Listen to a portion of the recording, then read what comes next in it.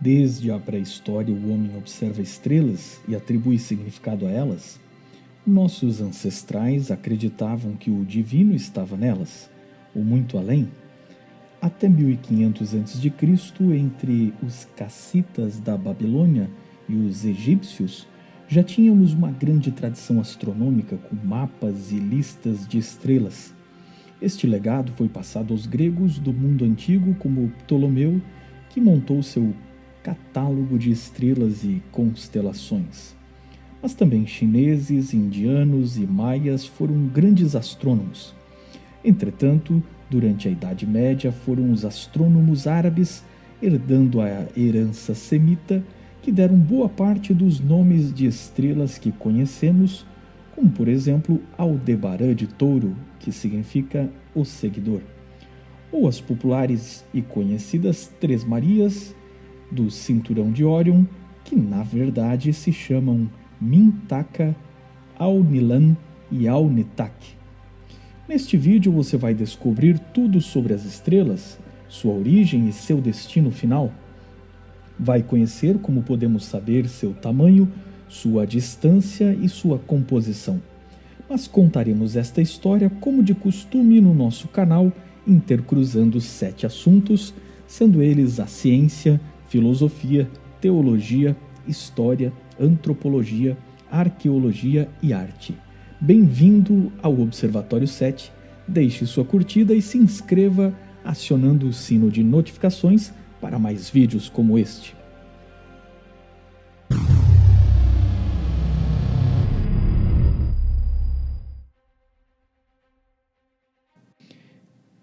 Em 1548, o teólogo e filósofo Giordano Bruno postulou que cada estrela era um sol e que provavelmente tinha planetas ao seu redor. Em 1801, um órfão da Baviera chamado Joseph von Fraunhofer trabalhava como aprendiz de vidraceiro quando a oficina onde estava desmoronou e o soterrou. Fraunhofer foi resgatado pela equipe de buscas do príncipe da Baviera, que, comovido, deu uma chance ao garoto e o enviou para estudar num monastério beneditino especializado em óptica e produção de lentes. Seu infortúnio se transformou em oportunidade. Fraunhofer se tornou um especialista, alcançou a fama e nobreza e se tornou um tipo de empresário do ramo das lentes, que produzia inclusive telescópios. Fraunhofer inventou o espectroscópio, um instrumento com o qual descobriu linhas escuras no espectro da luz solar. Ele percebeu que o espectro de Sírius e outras estrelas brilhantes se diferiam entre si, inclusive do espectro do Sol, fundando a ciência da espectroscopia estelar, que à medida que a química foi sendo conhecida, mostrou como poderíamos descobrir uma série de informações sobre a composição das estrelas. Em 1671, na Inglaterra, Robert Boyle, um pesquisador profundamente religioso, buscava entender como a natureza mostrava evidências da soberania criadora de Deus. Boyle, considerado o pai da química, descobriu, entre outras coisas, um gás produto de uma reação entre o ferro e ácidos. 100 anos depois, Henry Cavendish chamou este gás de ar inflamável e descobriu que, quando queimado, o gás produzia água. Em 1783, Antoine Lavoisier e Pierre Laplace reproduziram o feito e chamaram o elemento de hidrogênio, que em grego significa água e criador. Ele é o primeiro elemento da tabela periódica, o mais simples e abundante em todo o universo. E assim, esta descoberta levaria à percepção do que as estrelas são feitas e qual é seu combustível. O legado destas descobertas chegou a Edward Charles Pickering, um físico e astrônomo americano. Frustrado com o trabalho de seus assistentes, ele os demitiu e contratou Williamina Peyton Stevens Fleming, em 1881, para serviços administrativos em seu escritório. Ela era uma escocesa com um filho e abandonada pelo marido, que que trabalhava para ele como empregada.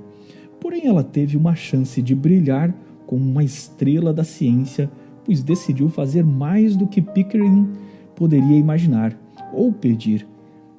Em 9 anos, ela catalogou mais de 10.000 estrelas, inclusive descobrindo a famosa nebulosa da cabeça de cavalo em Órion. Mais tarde, mais 2 mulheres, conhecidas como as garotas do observatório do Colégio Harvard, Annie Jump Cannon e Antonia Maury, aperfeiçoaram o método de William Mina e, unindo a descoberta da espectroscopia e de que cada elemento químico produzia determinados padrões, os tipos espectrais nos ajudaram a compreender a composição e temperatura de uma estrela. A classe M são as estrelas pequenas e frias. São a maioria, algumas conhecidas por anãs vermelhas, têm a metade da massa do nosso Sol, mas também encontramos as supergigantes vermelhas, como Antares de Escorpião e Betelgeuse da constelação de Órion.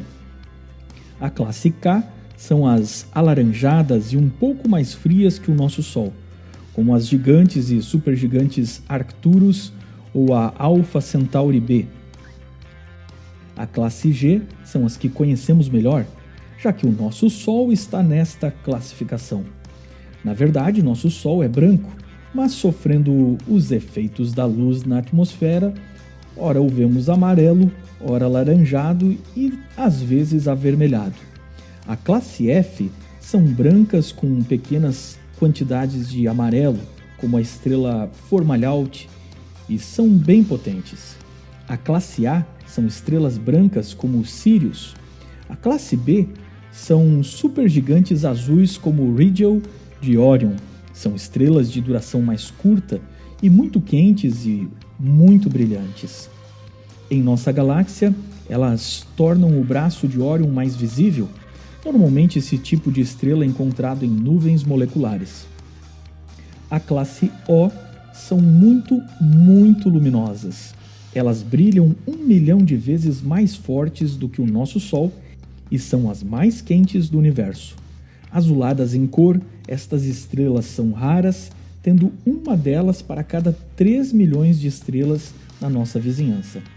Em 1879, o físico austríaco Joseph Stephan descobriu que o total de energia emitida por um objeto é proporcional à potência de 4 de sua temperatura absoluta.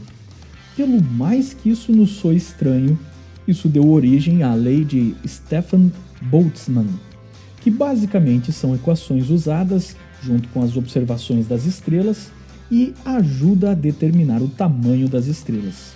Veja o link aí nas descrições.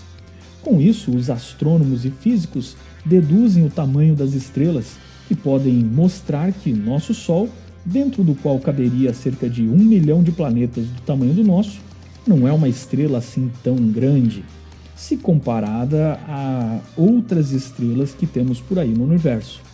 Na verdade, nosso Sol, se comparado a VY Canis Majoris, é insignificante, pois estimamos que ela seja entre 1.800 e 2.100 vezes maior que o nosso Sol. Através da técnica de paralaxe e trigonometria, também se calcula a distância das estrelas até a Terra. Para quem quiser relembrar os tempos de fórmulas matemáticas, catetos, hipotenusas e o universo de triângulos, vou deixar alguns links para você entender o que é a técnica de paralaxe. A Canis Majoris, por exemplo, está a 5.000 anos-luz de nós, enquanto a estrela mais próxima está a 4,22 anos-luz do nosso Sol. As distâncias são tão grandes que usamos a luz, que viaja a quase 300.000 km por segundo, para definir estas medidas, ou seja, a luz viajando em um ano equivale a 9,5 trilhões de quilômetros. Do Sol à Terra, a luz leva 8 minutos. Isso quer dizer que a imagem que vemos do Sol na Terra é composta de partículas que saíram de lá há 8 minutos, ou seja, estamos vendo uma imagem do Sol 8 minutos atrás. O que também quer dizer que a imagem da estrela Alpha Centauro que estamos vendo saiu de lá há 4 anos, enquanto a luz de Canis Majoris saiu de lá há 5.000 anos. E é desta forma que entendemos o tamanho e a idade do universo. Em cada uma destas estrelas, na maioria das vezes, encontramos planetas orbitando, como é o caso da Próxima Centauri. Os astrônomos podem detectar oscilações gravitacionais ou às vezes ver a sombra desses planetas passando na frente das estrelas. Algumas estrelas orbitam um sistema de estrelas, como por exemplo a Próxima Centauri, descoberta em 1915 por um observatório da África do Sul, que é uma estrela anã vermelha e orbita junto com suas duas irmãs, as estrelas Alpha Centauri A e Alpha Centauri B. A olho nu, nós a vemos como uma única grande estrela nas patas da constelação do Centauro, perto do Cruzeiro do Sul. Já as constelações são desenhos imaginários que usamos para identificar conjuntos de estrelas no céu vistas em padrões que, do nosso ponto de vista, nos lembram alguma forma, como por exemplo a cruz do Cruzeiro ou o corpo do Escorpião. Os mapas de constelações são a maneira pela qual os astrônomos usam para localizar e identificar rapidamente a posição de uma estrela.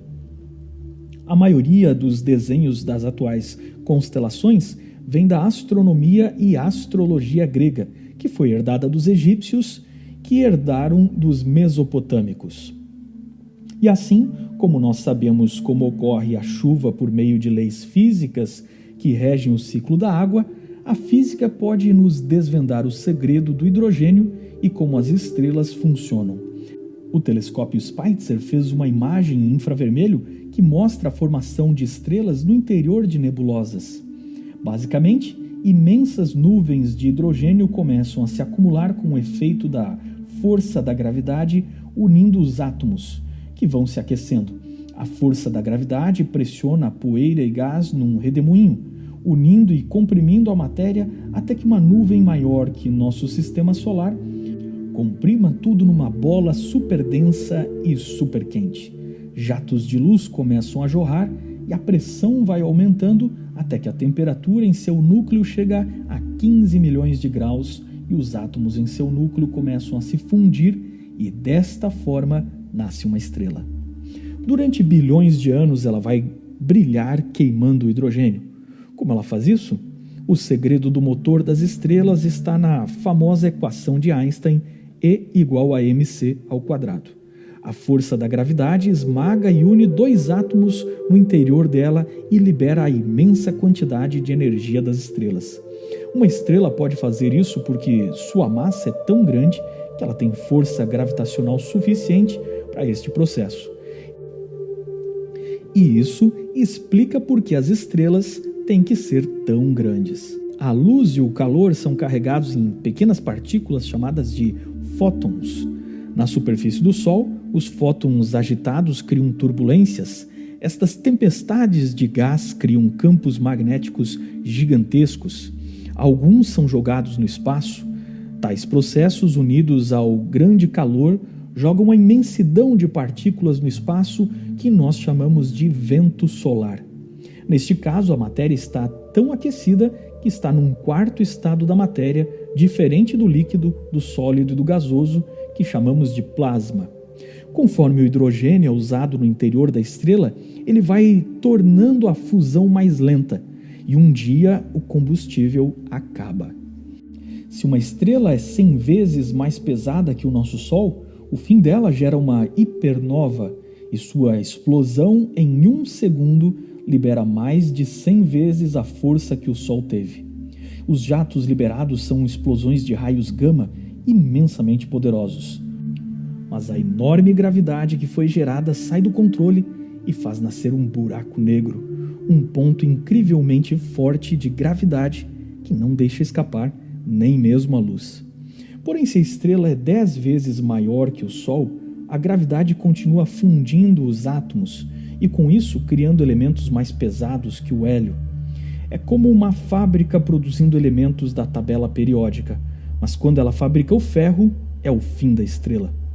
Isso porque o ferro absorve energia e no momento em que uma grande estrela cria o ferro, descarrega energia numa bola de ferro, tentando fundir aqueles átomos, mas não consegue e então o núcleo de ferro desmorona com a gravidade e ocorre a maior explosão do universo, uma supernova. Às vezes, os restos dela viram uma estrela de nêutrons, algo do tamanho do nosso planeta, mas tão denso que seria como compactar o Monte Everest numa caixa de fósforo. Algumas destas viram pulsares que giram muito rápido, emitindo jatos de partículas, como esse da nebulosa do Caranguejo, na constelação de Touro. Em 185 a.C., os astrônomos chineses descreveram uma enorme estrela que ficou no céu por 8 meses.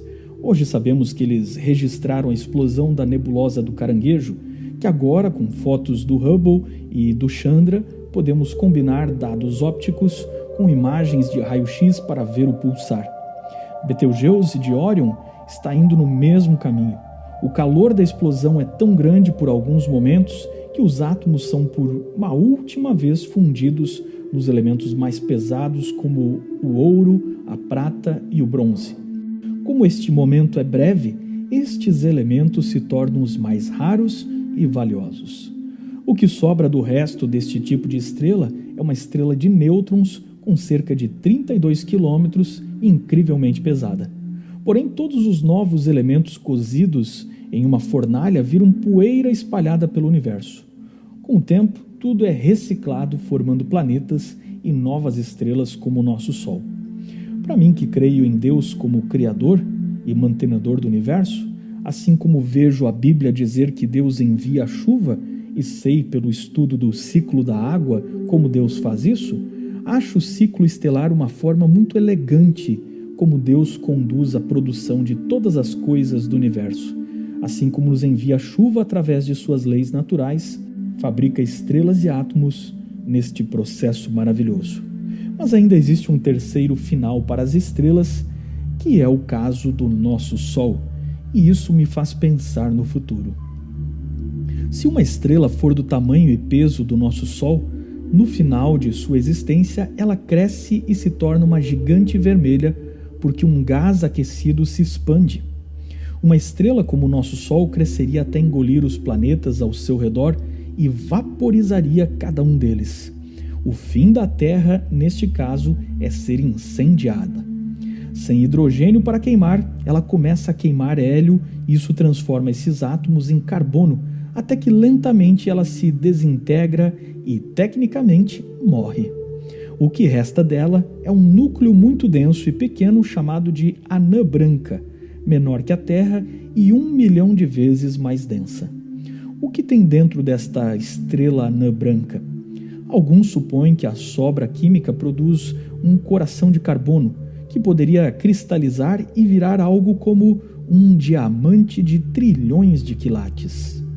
Um dia, pelo incrível que nos pareça, o combustível do nosso Sol vai terminar e este poderá ser o final glorioso da nossa estrela. O autor do livro de Apocalipse sabia que a Terra não era eterna. Ele falou de um juízo de Deus e de fogo que queimou as coisas antigas e trouxe tudo a juízo. Eu não seria presunçoso de interpretar isso como a morte do nosso Sol.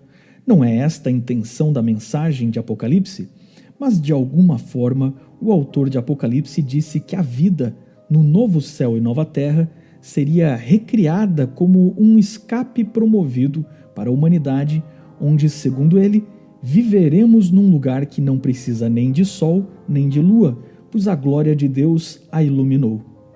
Uma profecia não pode ser lida com linguagem científica.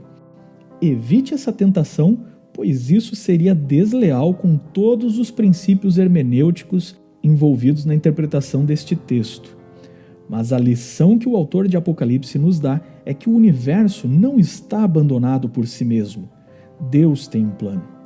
Os físicos teóricos acreditam que, se nada mudar, num futuro impensavelmente distante, a luz das últimas estrelas se apagarão e o universo terminará frio, escuro e gelado.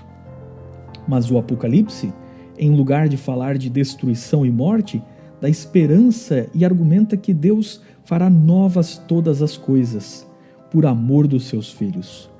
Quando os antigos judeus estavam vivendo a imensa violência da guerra e do cativeiro, Cantaram no Salmo 147 que o Senhor era capaz de encontrar os dispersos de Israel, sarar os corações quebrantados, os arrependidos e lhes curar as feridas. Você pode se sentir desamparado e esquecido neste mundo, sem ver aparentemente a atuação de Deus, mas o Salmo dizia que Deus reunia seus filhos do cativeiro e os levaria de volta para casa. Eles se lembraram da promessa de Deus a Abraão, que faria sua descendência como as estrelas, e para eles, Deus conhecia cada estrela como conhecia cada um dos seus filhos. Então cantaram uma linda poesia que celebrou o seu retorno para casa. Conta o número das estrelas, chamando-as todas pelo seu nome. Grande é o Senhor nosso e muito poderoso. O seu entendimento não se pode medir. Salmo 147, 2 a 5.